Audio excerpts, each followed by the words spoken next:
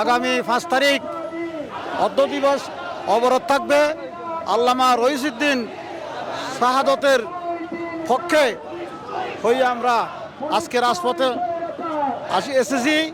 আমাদের আজকের জনসভা হচ্ছে আল্লামা মুজাহিদ আহলে সুন্নাত রইসুদ্দিনের প্রতিবাদ সভায় আমরা অংশগ্রহণ করে এখন মিছিল শুরু করেছি।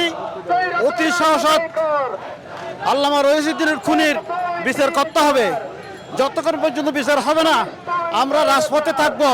সুন্নি জনতা আহলে সুন্নাত ওয়াল জামাতের পক্ষ থেকে আজকে ঘোষণা করা হয়েছে 5 তারিখ অর্ধ দিবস অবরোধ থাকবে সারা বাংলাদেশ। আমরা রইসুদ্দিনের মাগফিরাত কামনা করতেছি। আহলে সুন্নাত ওয়াল জামাতের পক্ষে আমরা রাজপথে নেমেছি। আমরা ঘরে ঢুকবো না যতক্ষণ পর্যন্ত খুনিদের বিচার হবে না। এই খুনি সন্ত্রাসীদের বিচার অবশ্যই করতে হবে। আহলে সুন্নাত ওয়াল জামাতের পক্ষ থেকে এটা ডাক। অসংখ্য ধন্যবাদ হুজুর আপনার মূল্যবান সময়টি দিয়ে।